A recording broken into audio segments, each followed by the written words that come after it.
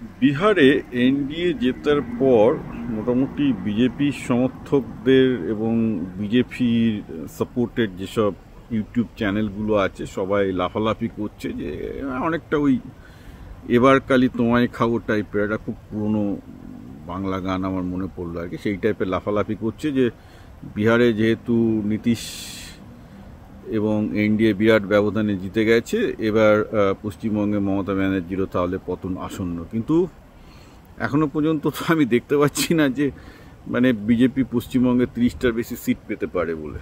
মানে এখনো পর্যন্ত ফান্ডামেন্টাল কিছু চেঞ্জ হয়নি যার ভিত্তিতে আমি বলতে পারি যে সিপিএম একটা সিট পেতে পারে, বিজেপি 30টা সিট পেতে পারে। দেখুন, মেন ব্যাপার হচ্ছে যে আমি আবার বলছি, নীতিশ এবং বিজেপি বিহারে খুব ভালো ক্যাম্পেইন চালিয়েছে এবং ন্যাচারালি ওখানে মহিলারা যে চেয়ে নীতিশকে ভোট দেয় এবং মহিলারা ওখানে 10% এবার ভোট দিয়েছে। ঠিক আছে, এবার প্রশ্ন হচ্ছে এই যে পশ্চিমবঙ্গের মহিলারা কি বিজেপিকে ভোট দেবে, সেরকম কি সিচুয়েশন তৈরি হয়েছে? হয়নি। বিহারে মুসলমান ভোট বিভক্ত, পশ্চিমবঙ্গে মুসলমান ভোট একদম এক কাট্টা করে তৃণমূলে পড়ছে, যদিও মুসলমানদের আমি গ্যারান্টি দিচ্ছি 80%ই তৃণমূলকে পছন্দ করে না, কিন্তু বিজেপিকে ঠেকাতে তারা বাধ্য হয়।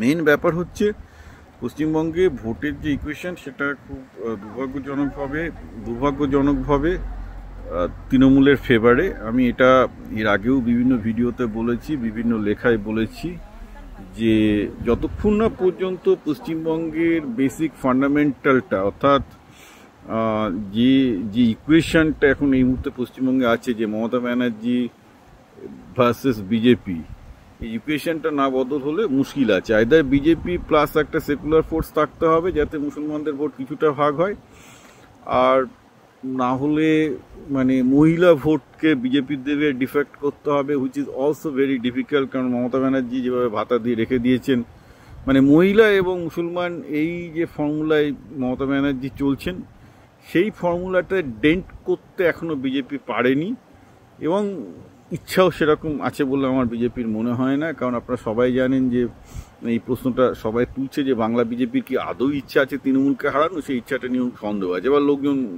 সিপিএম এর অবস্থা ছেড়ে দিন, সিপিএম বামফ্রন্টের দিকে কেউ ফিরেও তাকায় না, কারণ সেখানে ঠিকঠাক নেতাই নেই এবং তাদের পলিসিরও কোনো ঠিক নেই, বা হলেও সেগুলো কালিদাসী policy, they will not accept. তো সমস্যা যেটা দাঁড়িয়ে গেছে যে আমার মতে বিহারের ভোটে যা হলো তার থেকে পশ্চিমবঙ্গে কিছু হবে বলে মনে হয় না। সার দিয়ে নয় কয়েক পার্সেন্ট বিজেপি বেশি ভোট পাবে, তাতে কি হবে? 30টা বেড়ে নয় 35টা হবে, তার বেশি কিছু হবে না। সুতরাং যতক্ষণ না পর্যন্ত বিজেপি পশ্চিমবঙ্গে সিস্টেমেটিক অ্যানালিসিস না করছে এবং বিজ্ঞানভিত্তিক অ্যানালিসিস না করছে যে তাদের ভোটে জিততে কি করতে হবে, যে কাজটা বিজেপি মোটেও করছেন না, আমি বহুদিন ধরেই বলছি করছেন না, ততদিন পর্যন্ত পশ্চিমবঙ্গে চান্স নেই। অথবা পশ্চিমবঙ্গে যদি এরকম কোনো পার্টি তৈরি হয় যে পার্টিটা নীতিশের মতো একটা সেকুলার পার্টি এবং তারা বিজেপির সাথে হাত ধরে চলবে, সেটা একটা পসিবিলিটি হতে পারে যে একটা আঞ্চলিক পার্টি যেটা বিজেপির সাথে হাত ধরে চলবে, that might be even a possibility. But otherwise পশ্চিমবঙ্গে এইসব ফান্ডামেন্টাল ইকুয়েশন চেঞ্জ না হলে ওই এবার কালি তোমায় খাবো বলে বিহারের ইলেকশন দেখে পশ্চিমবঙ্গবাসীর কোনো লাভ নেই।